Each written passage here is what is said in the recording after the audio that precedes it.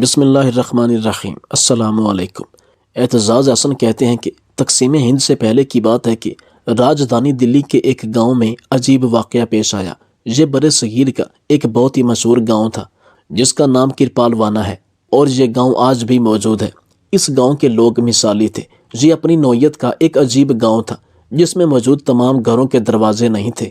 وجہ یہ تھی کہ وہاں پچھلی ایک صدی سے کوئی ایسا واقعہ نہیں ہوا تھا جس میں لوگوں کے مال و جان کو کسی قسم کا خطرہ ہو۔ لوگوں کے مال مویشی سارا دن ایک دوسرے کے کھیتوں میں چرتے پھرتے تھے اور شام کو اپنے اپنے گھروں میں واپس چلے جاتے تھے۔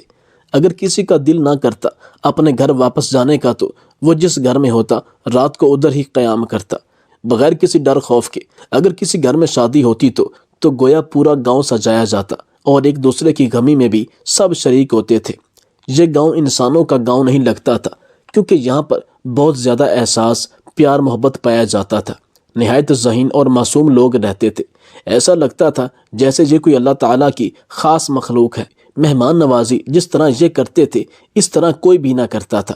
اس دور میں جب بھی ان کے گاؤں میں کوئی بھی ماں، بہن، بیٹی، کوئی بھی عورت کسی بھی شکل میں جاتی تو وہ اس کو بغیر چادر کے اپنے گاؤں سے واپس نہیں آنے دیتے تھے۔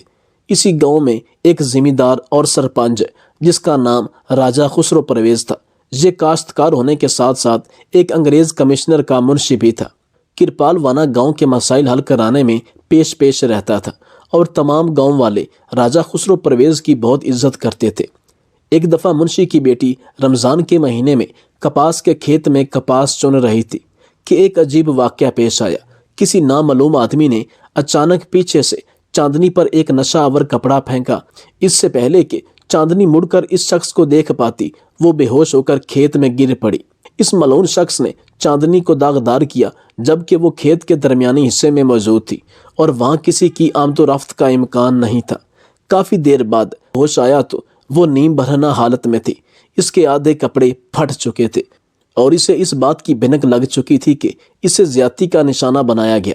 چاندنی کا جسم سر سے لے کر پاؤں تک پسینے سے شرابور تھا اور وہ ڈر کے مارے کانپ رہی تھی کہ اب کیا کریں۔ اس کے دل میں خیال آیا کہ کنویں میں چھلانگ لگا کر خودکشی کر لے اور اپنی زندگی ختم کر لے، مگر پھر اپنے باپ یعنی منشی کا خیال آیا۔ وہ جانتی تھی کہ اس کا باپ اسی کے سہارے ہی زندہ ہے اور وہ اپنے باپ کی اکلوتی اولاد ہے۔ ماں کی وفات کے بعد باپ بیٹی ایک دوسرے کا سہارا تھے۔ اچانک چاندنی کی نظر زمین پر پڑے چند سونے کے سکوں پر پڑی اور سکوں کے ساتھ ہی کپاس کے پتے پر ایک تحریر بھی لکھی تھی۔ چاندنی نے تحریر پڑھی۔ اس پر لکھا تھا: مسلسل گھنٹے تک مجھے لطف اندوز کرنے کا بہت شکریہ۔ یہ میری زندگی کا یادگار گھنٹہ تھا جس کو میں مفت میں کیش نہیں کرنا چاہتا، اس لیے ان لمحوں کی قیمت بھی ادا کی ہے۔ یہ سونے کے سکے تمہاری عزت لوٹنے کے بدلے میں تمہیں دے رہا ہوں۔ اگر پھر کبھی موقع ملا تو سونے کے سکوں کا ڈھیر لگا دوں گا۔ یہ تو آج میں راستے سے گزر رہا تھا اور میرے پاس یہی تھے۔ چاندنی کو کچھ سمجھ آیا اور کچھ سمجھ نہ آیا کہ کپاس کے پتے پہ کیا لکھا ہوا ہے۔ کافی سوچ بچار کے بعد جب اسے کچھ سمجھ نہ آیا تو گھر کی بجائے انگریز کی عدالت میں جا پہنچی اور اپنے باپ کا سامنا نہیں کر سکتی تھی۔ اسے معلوم تھا کہ اگر اس کے باپ نے چاندنی کو اس حالت میں دیکھ لیا تو وہ دنیا میں کسی کو منہ دکھانے کے قابل نہیں رہے گا اور وہ خودکشی کر لے گا۔ عدالت میں بڑی مشکل سے پہنچی اور کہنے لگی کہ قاضی صاحب، میں اس گاؤں کی بیٹی ہوں اور میرے ساتھ یہ ظلم ہوا ہے۔ اگر آج کا سورج غروب ہونے سے پہلے میرا مجرم نہ پکڑا گیا تو یہ دوسرا ظلم ہوگا۔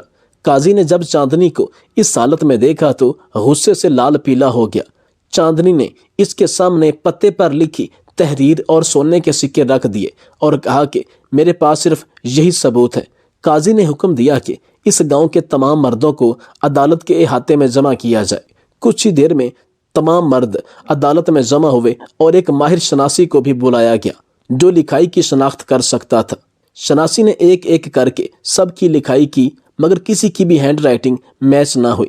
چاندنی کا باپ منشی بھی عدالت میں پہنچ گیا اور بلند آواز میں چیخ کر کہنے لگا: آج تم سب کے لیے مر جانے کا مقام ہے۔ میں نے تم لوگوں کے حقوق کی جنگ لڑی، جس قوم کی فلاح کے لیے دن رات محنت کی، مگر افسوس کہ تم نے میری بیٹی کو ہی داغدار کر ڈالا۔ عدالت میں موجود تمام لوگوں نے منشی سے کہا کہ یہ جرم کرنے سے پہلے ہم ہلاک نہ ہو جاتے، ہم نے ایسا کچھ نہیں کیا۔ چاندنی کو اپنی سگی بہنوں سے بڑھ کر سمجھتے تھے۔ عدالت میں موجود ایک بوڑھے شخص نے کہا، قاضی صاحب، چاندنی کے ساتھ زیادتی کرنے والا شخص بڑا چالاک تھا۔ ایسے محسوس ہوتا ہے جیسے اس کے دل میں انتقام کی آگ جل رہی تھی، ورنہ وہ پتے پر تحریر نہ لکھتا اور نہ ہی سونے کے سکے رکھ کر جاتا۔ قاضی نے منشی سے پوچھا کہ تمہارا کسی سے کوئی جھگڑا تو نہیں؟ جس پر منشی نے بتایا کہ ایسی کوئی بات نہیں، ہمارا کسی سے کوئی جھگڑا نہیں، نہ ہی میں نے زندگی میں کسی سے بحث کی اور نہ کسی کا دل دکھایا۔ سونے کے سکوں کو دیکھ کر قاضی کے دماغ میں ایک ترکیب آئی۔ کافی دیر سوچنے کے بعد قاضی نے سپاہیوں سے کہا کہ پانی کا ایک بڑا سا برتن لایا جائے، اس پانی کو آگ پر گرم کیا جائے۔ میں دیکھتا ہوں کہ جب مجرم کو کھولتے ہوئے پانی میں ڈالا جائے گا تو اپنے گناہ کا اقرار کیسے نہیں کرے گا۔ عدالت میں موجود سب لوگ خوف سے کانپنے لگے اور قاضی سے التجا کرنے لگے کہ خدا کی قسم، ہم بے گناہ ہیں، ہمارے ساتھ ایسا ظلم مت کرو۔ ایک بڑے سے کڑاہ میں پانی ڈال کر اسے بہت زیادہ آگ کی طرح گرم کیا گیا۔ قاضی نے حکم دیا کہ عدالت میں موجود تمام مرد قطار میں کھڑے ہو جائیں۔ یہ بات سنتے ہی گاؤں کے مرد حضرات کی چیخیں نکل گئیں۔ انہیں اپنی موت اپنی آنکھوں کے سامنے نظر آنے لگی۔ ایک بڑی عمر کے دیہاتی نے قاضی سے کہا کہ قاضی صاحب، مجھے آپ کھولتے ہوئے پانی کے کڑا میں نہ ڈالیں بلکہ سیدھا آگ میں ہی ڈالیں۔ جب آپ نے ہم سب کو بے گناہ مارنے کا ارادہ کر ہی لیا ہے تو پھر ایسی سزا دیں جو سب سے زیادہ تکلیف دہ ہو۔ قاضی نے قطار میں کھڑے مردوں کو گننا شروع کیا اور سپاہی سے کہا کہ وہ سونے کے سکے لے آؤ۔ سپاہی سونے کے سکے قاضی کے سامنے لایا تو قاضی نے انہیں کھولتے ہوئے پانی میں ڈالا۔ عدالت میں موجود تمام لوگ قاضی پر حیران ہوئے کہ یہ آخر کرنے کیا جا رہا ہے، مگر اب انہیں اس بات کا یقین ہو چکا تھا کہ کم از کم ہم تو پانی میں نہیں ڈالے جائیں گے۔ قاضی نے کڑاہ پر پانی کے اوپر والی تہہ پر غور کیا اور فوراً سپاہیوں کو حکم دیا کہ اس گاؤں کے جتنے بھی قصاب ہیں ایک ایک کو ڈھونڈ ڈھونڈ کر عدالت میں پیش کیا جائے۔ سپاہی جانتے تھے کہ اس گاؤں میں صرف 2 ہی قصاب گوشت فروخت کرتے ہیں، جو اسی قطار میں موجود تھے جو عدالت کے احاطے میں قاضی کے کہنے پر بنائی گئی قطار میں کھڑے تھے۔ قاضی نے دونوں کو آگے آنے کا حکم دیا۔ ایک کا نام رمضان قصائی اور دوسرے کا نام مولوی شکایت اللہ قصائی تھا۔ قاضی نے گاؤں والوں سے پوچھا کہ آج کے دن دونوں نے دکان کھولی تھی یا نہیں۔ سب گاؤں والے جانتے تھے کہ مولوی شکایت اللہ قصائی جمعہ کے دن گوشت فروخت نہیں کرتا، جبکہ رمضان قصاب ہفتے کے 7 دن گوشت فروخت کرتا ہے۔ قاضی نے رمضان قصاب کو حوالات میں بند کیا اور سپاہیوں سے کہا، اسے اس وقت تک مارتے رہو جب تک یہ اپنے جرم کا اعتراف نہ کر لے۔ انہوں نے قصاب کو تشدد کا نشانہ بنایا تو اس نے اپنے جرم کا اعتراف کر لیا۔ سب گاؤں والے حیران تھے کہ قاضی نے مجرم کو کیسے پکڑا اور اس کی شناخت آخر کیسے کی۔ قاضی نے کہا کہ جب میں نے ان سکوں کو کھولتے ہوئے پانی میں ڈالا تو پانی پر گوشت کی چکنائی کی ایک تہ بن گئی۔ بس مجھے سمجھ آ گئی اور میرا دل مطمئن ہو گیا کہ یہ کام ایسا شخص کر سکتا ہے جس نے یا تو کوئی تازہ جانور کی پیدائش کر کے آیا ہو یا پھر پھٹے پر گوشت فروخت کرتا ہو۔ تحقیق کرنے پر پتہ چلا کہ گاؤں میں آج کسی نے کوئی جانور ذبح نہیں کیا تو سارا شک ان 2 قصاب پر ہی ہوا۔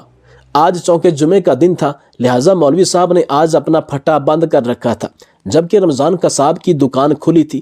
اس نے چاندنی کو کپاس کے کھیت میں اکیلے ہی جاتے دیکھا تو ادھر سے ہی چاندنی کا پیچھا کیا، انہی گوشت والے ہاتھوں سے سکے جیب میں ڈالے، پھر جیب سے باہر بھی نکالے۔ جس وقت چاندنی کپاس کے کھیت میں گئی تھی اس وقت اس کی دکان بھی بند تھی، تو اسی پر شک کیا گیا اور اب تو اس نے اپنے جرم کا اعتراف بھی کر لیا۔ قصاب کو اس کے جرم کی عبرتناک سزا دی گئی۔ اسے سپاہیوں نے پکڑ کر اسی کھولتے ہوئے پانی کے کڑا میں ڈال دیا۔ سب دیہاتیوں نے اپنی آنکھوں سے اسے تڑپتے ہوئے دیکھا اور اس کی چیخیں سنی۔ اس کے بعد کرپال وانا گاؤں میں کبھی ایسا واقعہ دوبارہ پیش نہ آ سکا۔ منشی اپنی بیٹی چاندنی کے رشتے کے بارے میں بہت پریشان ہوا، کیونکہ اس واقعہ کے بعد چاندنی کی منگنی ٹوٹ چکی تھی۔ چاندنی کا منگیتر ایک تنگ دل شخص تھا جو حقیقت جاننے کے باوجود چاندنی کو اپنانے کے لیے تیار نہ تھا۔ منشی کی پریشانی کو دیکھتے ہوئے قاضی نے چاندنی کو اپنے بیٹے کے لیے مانگ لیا اور شرط رکھی کہ اسی وقت رخصتی ہوگی۔ منشی نے عزت کے ساتھ چاندنی کو اپنے گھر سے رخصت کیا اور چاندنی نے اپنی نئی زندگی کا کامیاب آغاز کیا۔ اعتزاز احسن کہتے ہیں کہ جرم ہر معاشرے کا حصہ ہے۔